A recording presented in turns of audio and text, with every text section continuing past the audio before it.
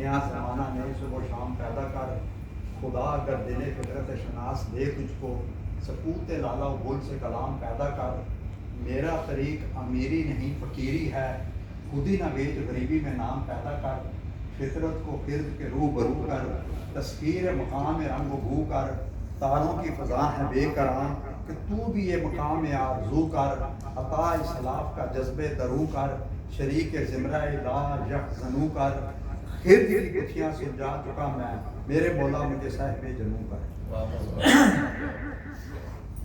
اور ہر لحظہ ہے مومن کی نئی شان نئی آن گفتار میں کردار میں اللہ کی برہان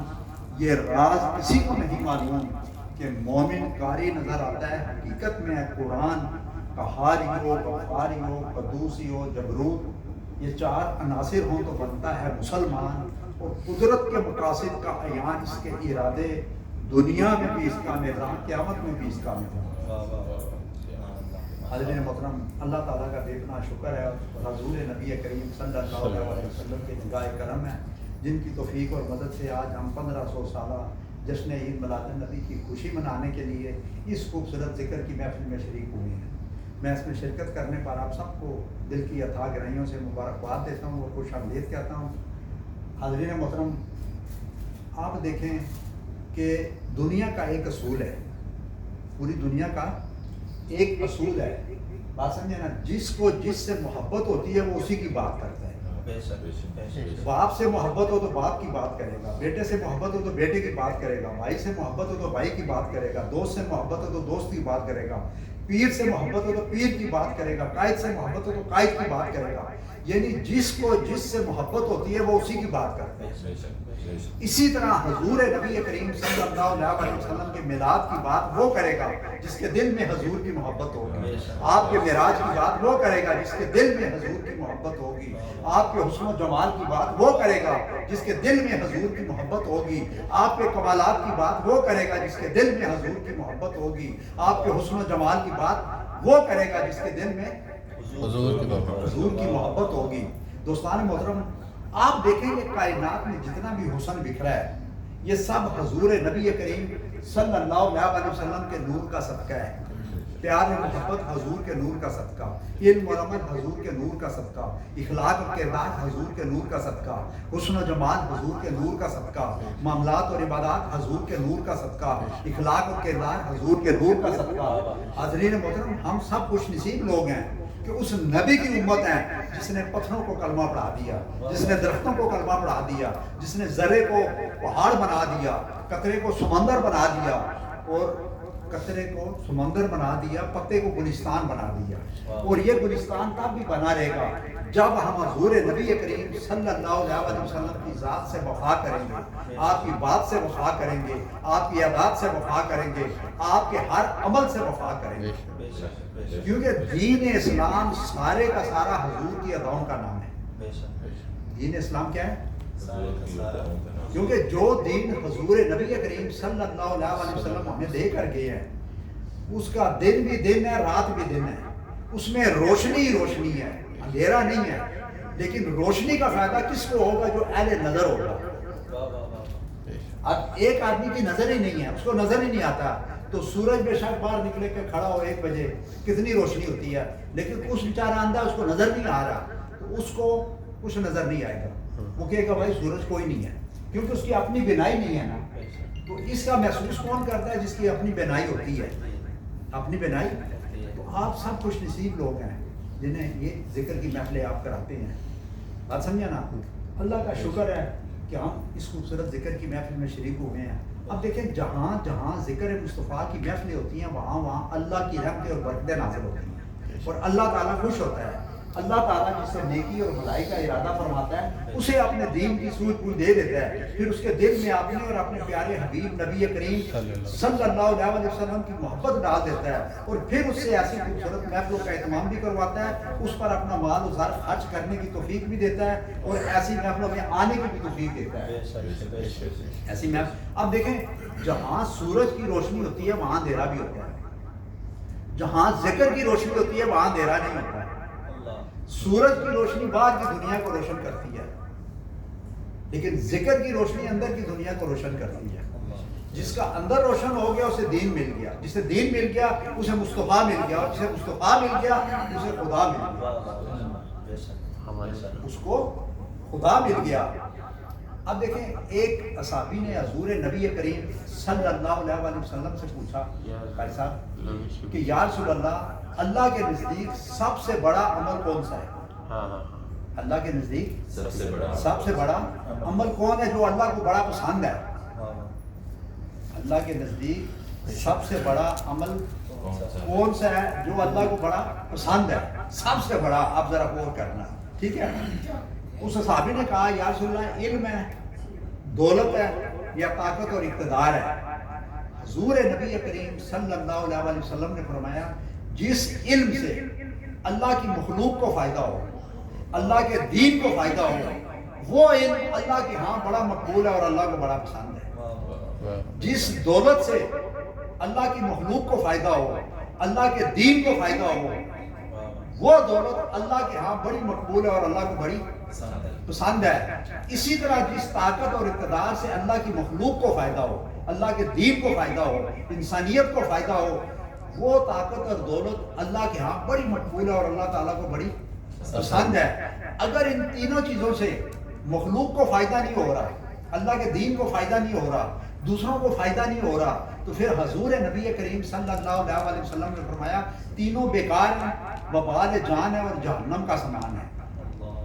پھر علم بھی جہنم میں لے کے جائے گا، دولت بھی جہنم میں لے کے جائے گی، اور طاقت بھی۔ اگر اس سے دوسرے کو فائدہ نہیں ہو رہا، اللہ کی مخلوق کو، اللہ کے دین کو فائدہ نہیں ہو رہا، کیونکہ دیکھیں نا بڑا آدمی وہ ہے کہ جس کے علم سے دوسروں کو فائدہ ہو، جس کی دولت سے دوسروں کو فائدہ ہو، جس کے اخلاق اور کردار سے دوسروں کو فائدہ ہو، جس کی گفتگو سے دوسروں کو فائدہ ہو، جس کی گفتگو سے دوسروں کو فائدہ ہو، بڑا آدمی وہ ہے۔ میری بات سمجھ رہے نا؟ آپ کو ایک دو چھوٹی چھوٹی مثالیں دوں گا، آپ کو یاد رہیں گی، بے شک آپ ریکارڈ کر لیں، بڑی خوبصورت مثالیں ہیں، بات سمجھے نا؟ کلاس کے اندر، ٹھیک ہے نا، ٹیچر نے دنیا کا نقشہ بنایا، دنیا کا نقشہ، اور کلاس میں بچوں سے کہنے لگا، اس نقشے کو پھاڑ دیا، دنیا کا نقشہ بچوں کو دکھایا، بات سمجھ نا؟ تو اس نقشے کو پھاڑ کے زمین پہ پھینک دیا، اور کلاس میں ایک بچے سے کہنے لگا اٹھ کے اس کو جوڑو۔ اب جوڑنے کا مقصد یہ ہے کہ دریا کے ساتھ دریا جڑے، صحرا کے ساتھ صحرا جڑے، سمندر کے ساتھ درختوں کے ساتھ، بات سمجھے نا؟ تب بھی جا کے وہ صحیح جڑے گا، اس کو جوڑے۔ اب جو بچہ اٹھ کے آتا نا، وہ دیکھتا اب کیسے جڑتا، چھوٹے چھوٹے ٹکڑے ہو گئے ہیں، بات سمجھے نا؟ آخر میں ایک بچہ آیا، اس نے بڑے غور سے نقشے کو دیکھا، اس کو ایک انسانی آنکھ نظر آئی۔ کیا نظر آئی؟ انسانی آنکھ نظر آئی، کیونکہ اس دنیا کے نقشے کی دوسری طرف انسان کی تصویر بنی تھی، انسان کی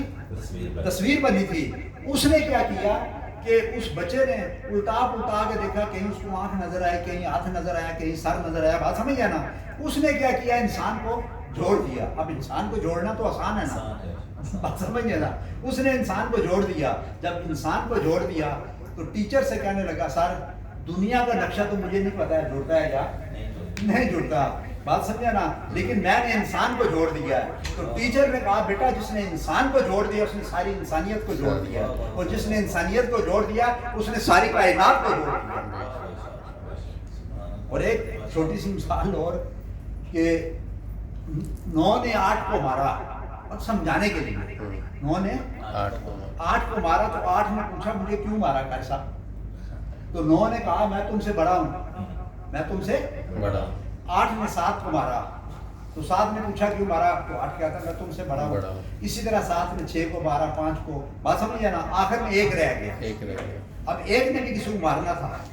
کسی کو مارنا تھا، تو ایک نے 0 کی طرف دیکھا،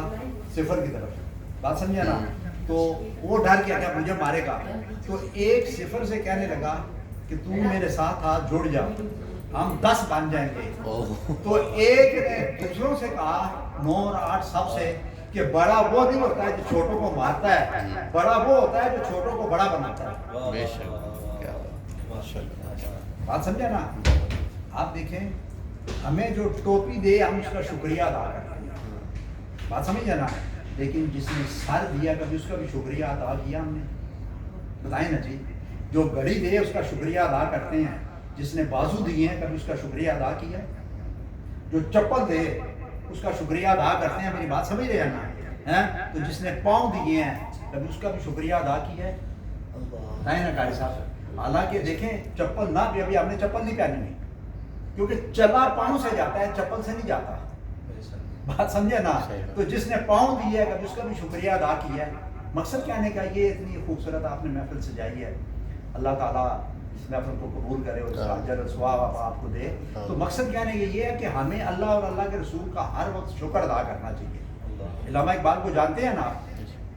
بات سمجھے نا؟ تو بس آخری بات کر کے ختم کروں گا کہ علامہ اقبال سے کسی نے پوچھا آپ کو اتنی عزت، شہرت، مرتبہ اور مقام جو ملا ہے آپ کیا عمل کرتے ہیں؟ تو علامہ اقبال نے کہا میں کثرت سے درود پاک پڑھتا ہوں اور ساری کائنات سے بڑھ کر حضور نبی کریم صلی اللہ علیہ وسلم سے عشق اور محبت کرتا ہوں، کیونکہ میرے ہر مسئلے کا حل ادب مصطفیٰ اور عشق مصطفیٰ میں ہے۔ جب سے اقبال نے کہا جب سے میں نے حضور نبی کریم صلی اللہ علیہ وسلم سے عشق اور محبت کیا میرا ہر کام آسان ہو گیا، میرے ہر مسئلے کا حل ادب مصطفیٰ اور عشق مصطفیٰ میں ہے۔ اقبال سے کسی نے پوچھا نا تیرے شعروں میں بڑی مٹھاس ہے، آپ نیٹ کھول کے دیکھیں آج کل پوری دنیا ہر آدمی کے ہاتھ میں اٹھائی ہوئی ہے، آپ دیکھیں اقبال کو لوگ پڑھتے ہیں یا پڑھتے ہیں نا؟ پوری دنیا جانتی ہے، پورا انڈیا جانتا ہے، پورا بنگلہ دیش جانتا ہے، بات سمجھے نا؟ پورے عرب عجم سارے جانتے ہیں اس کو، ایک بات سمجھے نا؟ جانتے ہیں۔ تو کسی نے کہا تیرے شعروں میں بڑی مٹھاس ہے، اس کی وجہ علامہ اقبال نے کہا میں نے پہلے 1.25 کروڑ دفعہ درود پاک پڑھا۔ کتنی دفعہ؟ 1.25 کروڑ دفعہ درود پاک پڑھا، پھر شعر کہا یہ ساری مٹھاس درود پاک کی ہے، پڑھ کر درود ان پر معطر میں ہو گیا، پاکیزہ کر گیا مجھے رشتہ حضور کا۔ کیونکہ رب نے فرمایا نا لولاک الا خلق تو ما افلاک میں اگر مصطفیٰ کو پیدا نہ کرتا تو آسمانوں کی تخلیق نہ کرتا، تو بس ہمیں زمین و آسمان ملا حضور کے صدقے، وجدان ملا حضور کے صدقے، عرفان ملا حضور کے صدقے، احکام ملا حضور کے صدقے، پہچان ملی حضور کے صدقے، یہ جان ملی حضور کے صدقے، ایمان ملا حضور کے صدقے، قرآن ملا حضور کے صدقے، اور رحمان ملا حضور کے صدقے۔ حضور نبی کریم صلی اللہ علیہ وسلم ہماری جان بھی ہیں، ہماری آن بھی ہیں، ہمارا کرم بھی ہیں، ہمارا دھرم بھی ہیں، ہمارا برم بھی ہیں، ہماری عزت بھی ہیں، ہماری نصرت بھی ہیں، ہماری فتح بھی ہیں، ہماری کامیابی بھی ہیں، ہمارا ظاہر بھی ہیں، ہمارا باطن بھی ہیں، ہمارا اول بھی ہیں، ہمارا آخر بھی ہیں۔ کہ اس پہ علامہ اقبال نے کہا نا وہ دانائی سبل ختم رسل مولائے کل، جس نے غبار راہ کو بخشا فروغ وادی سینہ، نگاہ عشق و مستی میں وہی اول وہی آخر وہی قرآن وہی فرقان وہی یاسین وہی طٰہٰ، اور ذکر و فکر و علم و عرفان کو ہی، کشتی اور دریا و طوفان کو ہی، رخ مصطفیٰ ہے وہ آئینہ کہ اب ایسا دوسرا آئینہ نہ ہماری بزم خیال میں، نہ دکان آئینہ ساز میں، اور کی محمد سے وفا تم نے تو ہم تیرے ہیں، یہ جہاں چیز کیا ہے لوح و قلم تیرے ہیں، اور اصل زندگی بس اس نے پائی، اصل زندگی بس اس نے پائی، محمد مصطفیٰ کے دین کی جس کو سمجھ آئی۔ اور ہم تو سناتے ہیں محمد مصطفیٰ کی باتیں زمانے کو، ہم تو سناتے ہیں محمد مصطفیٰ کی باتیں زمانے کو، انہی سے شروع کرتے ہیں، انہی پہ ختم کرتے ہیں اپنے علم کے پیمانے۔